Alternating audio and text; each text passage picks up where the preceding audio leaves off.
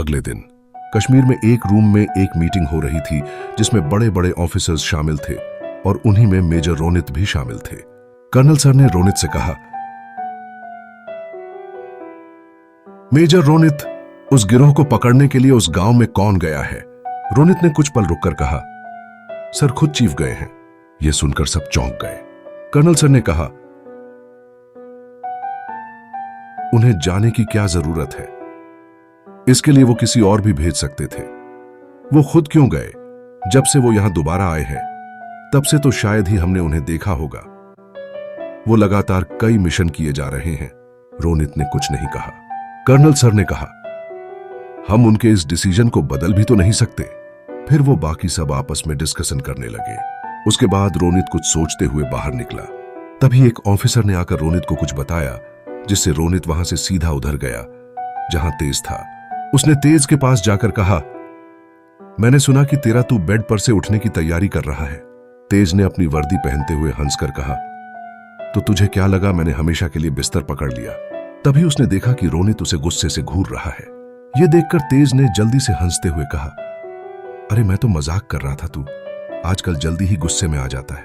तभी वही ऑफिसर जो पहले उनकी बात के बीच आया था, वो फिर से बीच में आते हुए बोला, हाँ, क्योंकि उन्हें आपकी बहुत फिक्र है सर। शायद ये चाहते थे कि आप और आराम करें। तेज उसकी बात सुनकर हंसने लगा। रोनित ने उसे गुस्से से देखा तो तेज ने उसके कंधे पर हाथ रखते हुए कहा, बस कर यार, मजाक कर रहा है वो। हर वक्त सीरियस नहीं रहना चाहिए, नहीं तो सीरियसनेस अपने काबू में कर लेती है। उस ऑफिसर ने तेज को देखते हुए कहा, सर आप जा रहे हो, लेकिन कैसे? आप तो मुझसे ज्यादा इंजर्ड थे, लेकिन मुझसे पहले आप ठीक हो गए। यह सुनकर तेज ने उसे देखा जो 4 दिन से उसका साथी बना हुआ था और हर वक्त अपनी बातों से उसका दिमाग खा रहा था और वहां मौजूद हर किसी को हंसा भी रहा था। तेज ने फिर रोनित को देखा जो फिर से उस ऑफिसर को गुस्से से घूरने लगा था। रोनित सच में थोड़ा गुस्से वाला हो गया था। तेज ने उस ऑफिसर के कंधे पर हाथ रखते हुए कहा, उदास मत हो मेरे दोस्त, तुम भी जल्दी ठीक हो जाओगे और फिर से अपनी ड्यूटी पर जा पाओगे। वो ऑफिसर तेज की बात सुनकर खुश हो गया।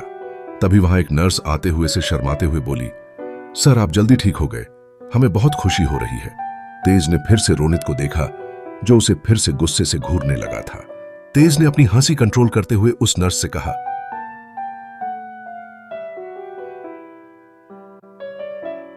थैंक्स सिस्टर, आपने मेरा ख्याल एक छोटी बहन की तरह रखा है। आपका बहुत बहुत शुक्रिया। यह सुनकर उस नर्स की स्माइल गायब हो गई। तेज फिर हंसते हुए रोनित के कंधे पर हाथ रखते हुए उसे वहां से लेकर निकल गया। रोनित ने फिर भी तेज को घूरना बंद नहीं किया। तेज ने आराम से कहा, यार तू जानता है, मुझे मुझे ऐसा घूरना बंद कर जैसे मैं एक मुजरिम हूं। उसकी बात सुनकर रोनित ने बिना उसकी तरफ देखे कहा, मुजरिम तो है तू रोशनी भाभी का। रोशनी का नाम सुनकर तेज का चेहरा एक्सप्रेशनलेस हो गया। रोनित ने वहां से जाते हुए कहा, मैं तेरे से बाद में मिलता है, मुझे कुछ काम है। रोनित के जाने के बाद तेज ने अपना वॉलेट निकाला और उसमें से एक तस्वीर निकाली और उसे एकटक देखने लगा। वो तस्वीर उसकी और रोशनी की शादी की थी जो कुछ महीने पहले ही हुई थी। उसके घर वाले उसे फोर्स कर रहे थे और अयान ने भी उससे ये बात कही। उसने पहली बार उससे कुछ मांगा था, वो ये था कि वो रोशनी से शादी कर ले और आखिर में उसे रोशनी से शादी करनी ही पड़ी। लेकिन उसके तुरंत बाद ही वो अपनी ड्यूटी पर लौट आया था। उसने एक बार उस तस्वीर में रोशनी के चेहरे पर हाथ फेरा जिसके चेहरे पर खुशी और शर्म दोनों थी।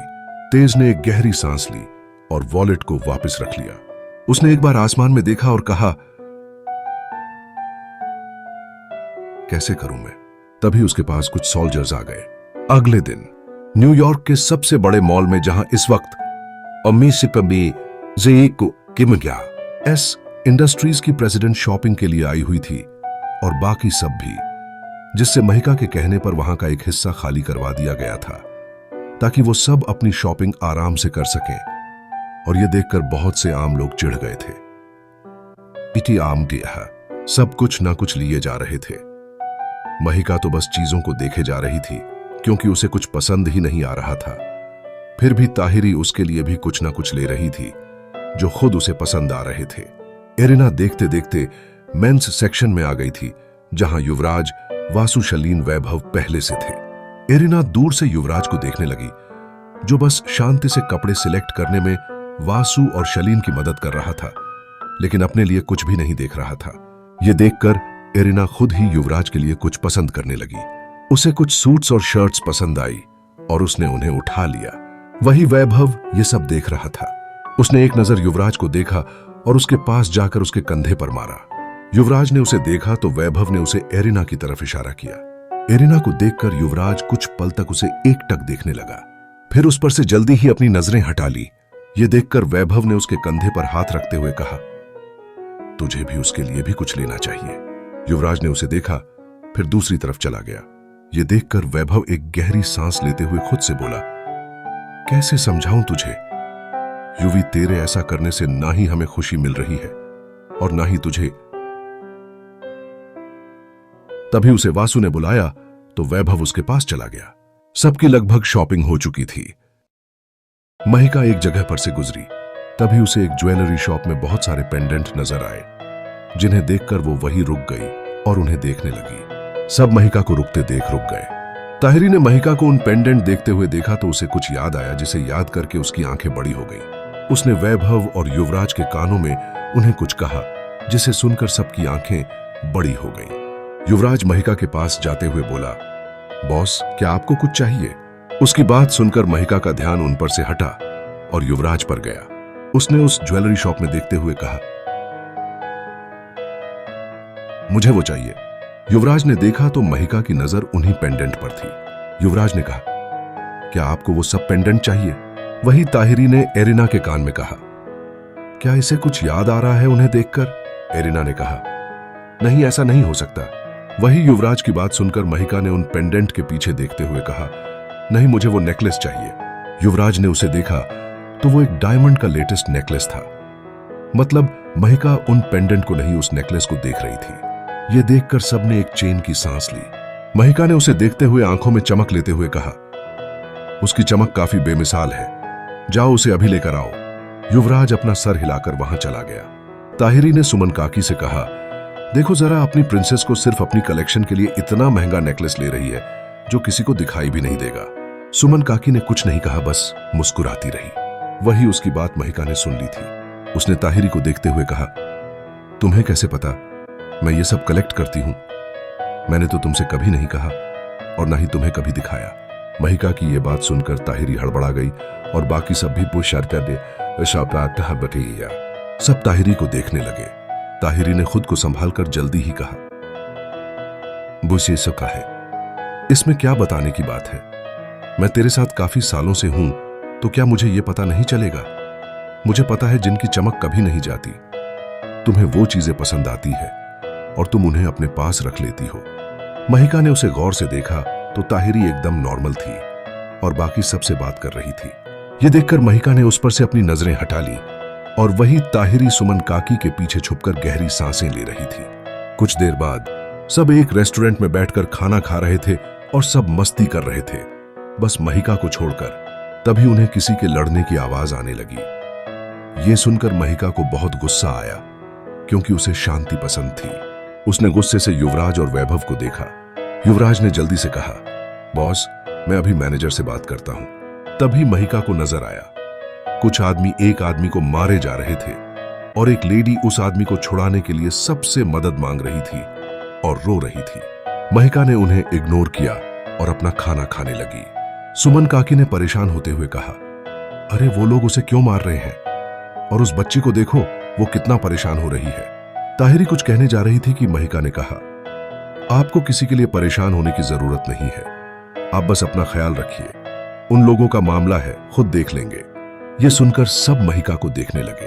वासु ने परेशान होते हुए कहा, लेकिन दी देखकर लग रहा है कि उनकी कोई गलती नहीं है। आप महिका ने उसकी बात को काटते हुए सख्ती से कहा, वासु, कितनी बार कहा है अपने बारे में सोचो, चुपचाप अपना खाना खाओ।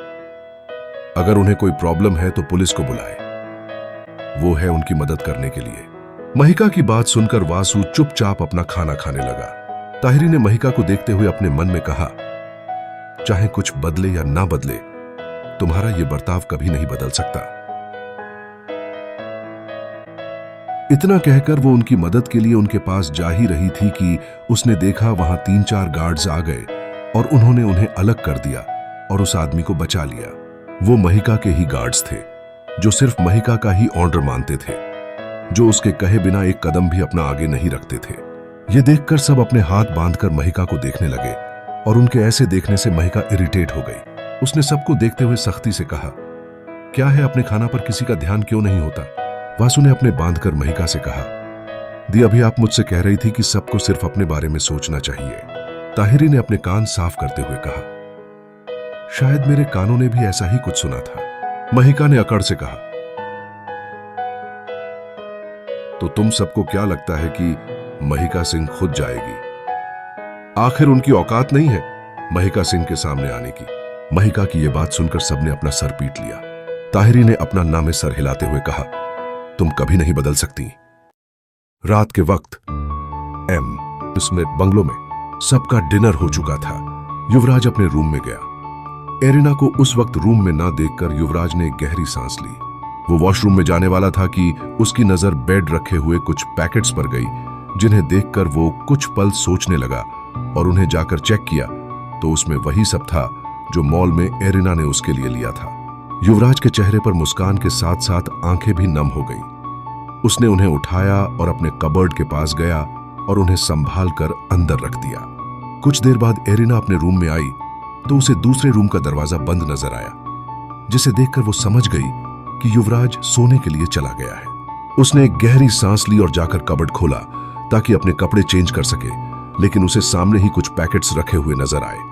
एरिना ने कुछ सोचते हुए उन्हें चेक किया तो उसके चेहरे पर स्माइल आ गई। उसमें कुछ ड्रेसेस थीं और कुछ ज्वेलरी वगैरह थी। एरिना के चेहरे पर एक लंबी मुस्कुराहट छा चुकी थी। उसे पता था ये सब युवराज ने ही उसके लिए लिया होगा। अपना कुछ काम खत्म करने के बाद महिका वासु के रूम में गई। उसके बाद वो वहां से निकलकर ताहिरी के रूम में गई, जो फिर से ताहिरी बेढंग तरीके से सो रही थी। तो महिका ने उसे सही से सुलाया और उसने आज फिर देखा कि ताहिरी आज फिर अपना फोन अपने सीने से लगाकर सो रही थी। ये देखकर महिका उसके फोन को घूरने लगी। उसने फोन लेने की कोशिश की, लेकिन इस बार ताहिरी की पकड़ उस फोन पर कसी हुई थी। ये देखकर महिका ने खुद से कहा, ऐसा क्या है इस फोन में? अश्वती। इतना कहकर उसने बिना ताहिरी की नींद खुले उसके हाथ से फोन छीन लिया और ताहिरी को घूरते हुए उसके फोन की स्क्रीन को देखा, जिसे देखकर वो काफी कंफ्यूज दिखने लगी। वो कभी उस फोन की स्क्रीन को देखती तो कभी ताहिरी को देखती। अगले दिन नाश्ते के वक्त महिका की आंखें ताहिरी को घूर जा रही थी, जो ताहिरी को बहुत परेशान कर रही थी और ये सब लोग साफ देख सकते थे। वासु ने शलीन के कानों में कहा, क्या ताहिदी ने कुछ किया है? मुझे ऐसा लग रहा है जैसे ताहिदी बहुत बड़ी मुसीबत में पड़ने वाली है। शलीन ने अपना सर हिलाते हुए धीरे से कहा, शायद हाँ। वैभव ने युवराज के कान में कहा, यह बॉस ताहिरी को इतना क्यों घूर रही है? युवराज ने भी धीरे से कहा, क्या पता फिर से कोई गड़बड़ की हो। नाश्ता करने के बाद महिका वहां से निकल गई। उसके जाते ही ताहिरी ने एक चैन की सांस ली। उसने एक स्पून उठाई और जिधर महिका गई थी उधर उस स्पून को पॉइंट करते हुए कहा, इसे तो छोड़ूंगी नहीं, हमेशा मुझे डराती रहती है। यह सुनकर वासु ने हंसते हुए कहा, ताहिदी ये तब क्यों नहीं कहा जब दी आपके सामने थी? ताहिरी ने उसे स्पून दिखाते हुए कहा, वो तो मैं उसे खाते वक्त डिस्टर्ब नहीं करना चाहती थी। वैसे भी किसी को खाते वक्त टोकना गलत बात होती है। अगर कोई जगह होती तब मैं उस हिटलर को बताती। आखिर ताहिरी को ऐसे घूरने का अंजाम क्या हो सकता है? यह सुनकर वासु ने अपना सर हिलाया। फिर वो एकदम सामने देखते हुए बोला, दी सॉरी, मैंने कुछ नहीं कहा। यह सब तो ताहिदी कह रही थी। वासु की यह बात सुनकर ताहिरी ने हंसते हुए कहा, मुझसे पंगा ले रहे हो छोटे बच्चे? मैं जानती नहीं हूं क्या कि तुम मुझे बस डराने की कोशिश कर रहे हो? वो तो चली गई है। तभी उसे वैभव दिखाई दिया, जो उसे पीछे देखने का इशारा कर रहा था। यह देखकर ताहिरी की स्पून उसके हाथ से छूट गई। उसने अपने सामने बैठे युवराज और शलीम को भी देखा। वो दोनों भी उसे पीछे देखने का इशारा कर रहे थे। यह देखकर ताहिरी का गला सूख गया। उसने मुश्किल से कहा, क्या सच में मेरे पीछे? युवराज और शलीम ने धीरे से अपना हाँ में सर हिलाया। ताहिरी अपनी आंखें बंद करके पीछे मुड़ते हुए बोली, नहीं, मैंने कुछ नहीं कहा। ये सब लोग मुझे ऐसा बोलने पर मजबूर कर रहे थे। लेकिन जब उसे कोई जवाब नहीं मिला तो उसने अपनी एक आंख खोलकर सामने देखा, जहां उसके सामने एक सर्वेंट खड़ी थी। उसने जल्दी से अपनी दूसरी आंख भी खोली तो वहां महिका थी ही नहीं। यह देखकर ताहिरी ने गुस्से से सबको देखा, जो अपना पेट पकड़ पकड़ कर हंस रहे थे। वैभव और युवराज ने एक दूसरे को ताली दी और वासु और शलीन ने एक दूसरे को ताली दी और चारों हंसने लगे। एरिना युवराज को देखकर मुस्कुरा रही थी। मुकेश, रंजित और सुमन काकी भी हंस रहे थे। यहां तक कि सर्वेंट्स भी हंस रहे थे। ताहिरी ने गुस्से से अपने पैर को जमीन पर पटकते हुए कहा, मैं तुम सबको छोड़ूंगी नहीं। वेब का मुमुस्को के ससे क्षी।